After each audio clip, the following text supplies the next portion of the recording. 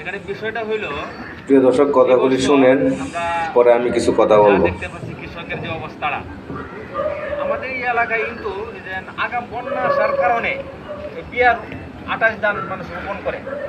28 ধানটা এবছর দেখছি অনেক ক্ষতিগ্রস্ত হয়েছে, এই মর করে নাই, সুসা হয়ে গেছে, অনেক সমস্যা হয়েছে।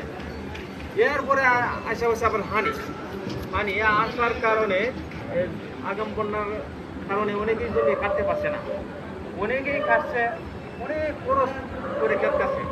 8 গাড়া ক্ষেত কাটলে 1200 টাকা লাগছে। হ্যাঁ, যে ধান হয়েছে 1200 টাকা ধানই হয় না। কৃষক ব্যাপক ক্ষতিগ্রস্ত হয়েছে এবছর, যা সীমাহীন। এই ধরনের ক্ষতি বিগত দিনে আমরা দেখি নাই। এবছর যা ক্ষতি হয়েছে, আগে তো দেখছি ধান ফাঁকছে, আজকে হইলেও কাটতে লই আসছে, আনার পরে কৃষকেও পাইছে, যারা কাটছে তারাও পাইছে। এই বছর তো দেখা যাচ্ছে যে বিয়ার 28টে ব্যাপক ক্ষতিগ্রস্ত হয়েছে, সুসা হয়ে গেছে, কৃষকরাও পাইছে না, শ্রমিকরাও পাইছে না। এই কারণে বাংলাদেশ সরকার কৃষকদের এই ক্ষতিপূরণ করতে যায় কৃষি ভর্তুকি চালু করছে এবং কৃষকদেরকে আশ্বস্ত করছে যে আমরা কৃষি ভর্তুকি দিব, কৃষকদেরকে দিবে। এই অবস্থার পরিপ্রেক্ষিতে একটা তালিকা হয়েছে, কৃষি ভর্তুকির একটা তালিকা হয়েছে। দেখা যায় এই তালিকায় 2122 নাম হয়ে গেছে। 2122 নাম রাখা সম্ভব হয়েছে না, যার ফলে উদ্যম মহল বলছে 999টা নাম আমাদের ইউনিয়নে বরাদ্দ করছে। 999টা নাম আবার নতুন করে দেওয়া হবে। আগের যে তালিকা এটা সংস্কার করা হবে, সংস্কার করিয়া 999টা নাম অন্তর্ভুক্তি করবে ক্ষতিগ্রস্ত কৃষকদের মধ্যে। যে কিছুদিন আগে জনাব লুৎফুজ্জামান বাবর ভাই আমাদের এলাকা আসছিল, তিনি কিন্তু জনসাধারণের উপস্থিতিতে তিনি বইলা গেছিল কৃষকদের যে এখন যেন এটা হবে, তালিকাটা হবে যেন সুস্থ তালিকা হয়, এর মধ্যে তো কোনো কারচুপি না থাকে, দুর্নীতির গন্ধ না পাওয়া যায়। কারণ বিগত দিনে ওএমএক্স, দুস্থ ভাতা, টিআর কাবিকা এগুলো যে হয়েছে, এগুলোর মধ্যে অনেক দুর্নীতি হয়েছে। এই খবর বাবর এখানে আছে এবং সাধারণ জনতাও জানে। এই ভর্তুকিটা যেন সুস্থ হয়, সুন্দর হয়, দুর্নীতি মুক্ত হয়, এখানে যেন দুর্নীতির গন্ধ না পাওয়া যায়, এই কথাটা লুৎফুজ্জামান বাবর ভাই জনসাধারণের মাঝে বলে গেছে এবং যারা এই তালিকা করবে তাদেরকেও সতর্ক করে বলে গেছে যেন এই তালিকার মাঝে কোনো দুর্নীতির গন্ধ না থাকে। এই তালিকা দেখা যাইতেছে হয়েছে 999টা এই গ্রাহকের একটা তালিকা হয়েছে, এই তালিকা যে খারাপ করবে এটা একটা কমিটি হয়েছে। এই কমিটিতে দেখছি আমাদের 4 নং গোবিন্দশ্রী ইউনিয়নের চেয়ারম্যান সাহেব, 4 নং গোবিন্দশ্রী ইউনিয়নের বিএনপির সভাপতি সাহেব, সেক্রেটারি সাহেব এবং কৃষি অফিসার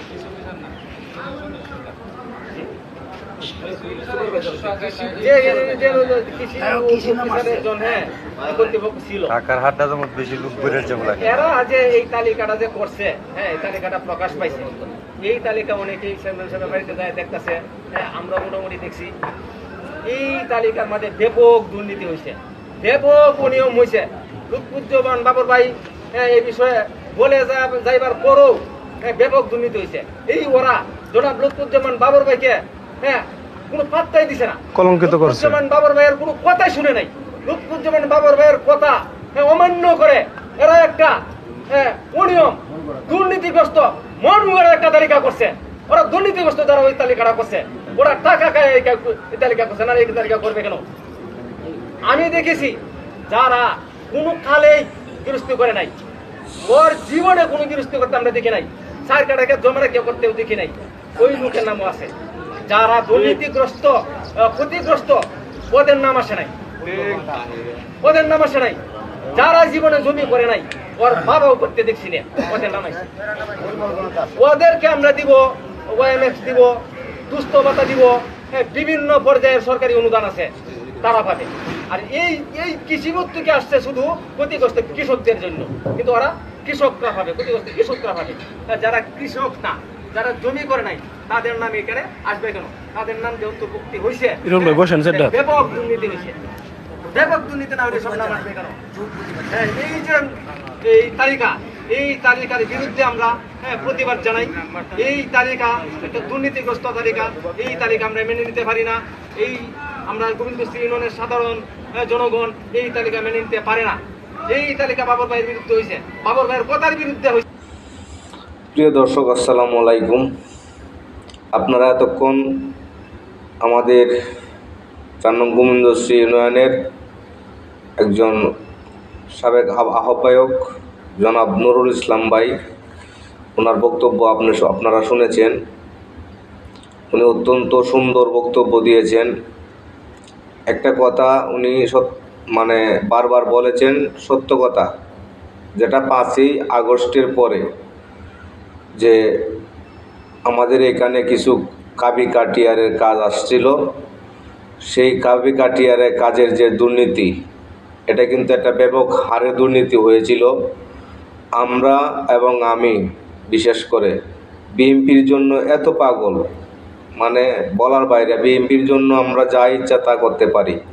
কনকনে শীতের মধ্যে 2018 সালে নুরুল ইসলাম ভাই রাইতের 3টা বাজে কিন্তু চেয়ারম্যানের বাংলা ঘরে বসে থেকে আমারে ফোন দিছে। আমি একা নদীর মাঝখান দিয়ে হাইটে গিয়া বাবর সাহেবের টোকিনডি আনছিলাম। আইনিয়া ওই টোকিনগুলা বিলাইতে গিয়া ফজরের আজান দিছিল। প্রতিটা ঘরের দরজার তল দিয়ে টোকিনগুলা দিছিলাম, দিয়ে বিলাইতে গিয়া ফজরের আজান দিছে। ফজরের আজানের পরে সকাল সকাল উইটা আমাকে এজেন্টের দায়িত্ব দেওয়া হয়েছিল। আমি এজেন্ট হয়েছিলাম। প্রিয় বন্ধুরা, আজকে এখন এই যে নুরুল ইসলাম ভাই যে কাবি কাটিয়ারের বিষয়টা যে কথাগুলি বলেছেন আপনাদের সামনে, আপনারা শুনেছেন। এখানে ওই কথাগুলি একদম সত্য। কারণ কাবিকার যে টাকাগুলো এসেছিল, ওই টাকাগুলা দিয়ে 72 ঘন্টা কাজ করা যেত। 72 ঘন্টা কাজ করা যেত, কিন্তু এই কাজটা 16 ঘন্টা কাজ করানোর পরে 16 ঘন্টা পুরা হয় নাই। আমি ওই সময় বাড়িতে ছিলাম। এখন যেহেতু আমি চট্টগ্রামে আছি, আমি তখন দেশে ছিলাম, বাড়িতে ছিলাম। এই কামটা যে তদারকি করছে জহিরুল করে নামে একটা ছেলে, সহজ সরল একটা ছেলে, ওর থেকে আমরা কিছু ইনফরমেশন নিয়েছি। আর যার বেকুটা যার ছিল তার থেকে নিয়েছি কয় ঘন্টা কাজ হয়েছে এবং কত টাকার কাজ, এখানে কত টাকা দুর্নীতি হয়েছে। এগুলা কিন্তু আমাদের কাছে তথ্য আছে, প্রমাণ আছে। আমরা প্রমাণ সহ কিন্তু আমরা জনগণের মাঝে তুলে ধরতে পারবো। আমি সবচেয়ে বড়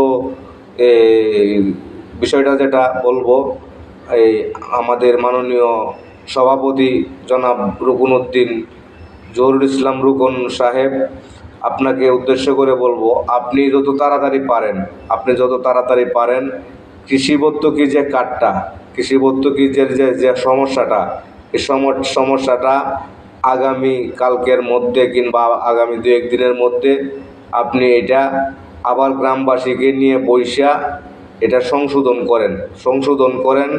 কারণ নয়তো আপনার জনপ্রিয়তা এমনিতেই কমে যাচ্ছে, আরও কমে যাবে। আমরা এটা চাই না।